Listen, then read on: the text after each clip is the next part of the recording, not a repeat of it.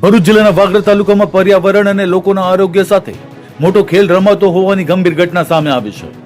સાયકા જેઆઈડીસીની કેટલીક કંપનીઓ દ્વારા ઝેરી કેમિકલ યુક્ત પાણી બેફામ રીતે વરસાદી કાસમાં છોડાતા સમગ્ર પંથકમાં ભારે આક્રોશ ફેલાયો છે.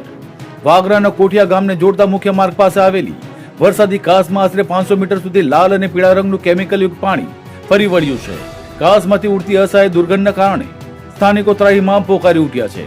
ગ્રામજનોનો આક્ષેપ છે કે રાતના અંધારામાં ટેન્કરો મારફતે અથવા છુપી પાઇપલાઇન દ્વારા આ ઝેરી પાણી ઠાલવવામાં આવ્યું છે.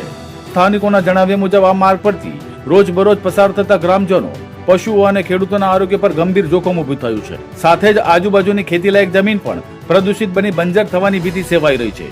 ઘટનાને લઈને ગુજરાત પ્રદૂષણ નિયંત્રણ બોર્ડ અને સ્થાનિક તંત્રની કામગીરી સામે પણ સવાલો ઉભા થયા છે. ગ્રામજનોએ ચેતવણી આપી છે કે જો પ્રદૂષિત પાણી છોડનાર કંપનીઓ સામે તાત્કાલિક કડક કાર્યવાહી કરી કંપનીઓ સીલ નહીં કરવામાં આવે તો આગામી દિવસોમાં ઉગ્ર આંદોલન શરૂ કરવામાં આવશે. હવે સૌથી મોટો સવાલ એ છે કે શું પ્રદૂષણ ફેલાવતી કંપનીઓ સામે તંત્ર કડક પગલાં ભરશે કે પછી ફરી એકવાર લોકોના આરોગ્ય સાથે સમાધાન કરી દલા તળવાણીની કહેવતને સાર્થક બનાવશે.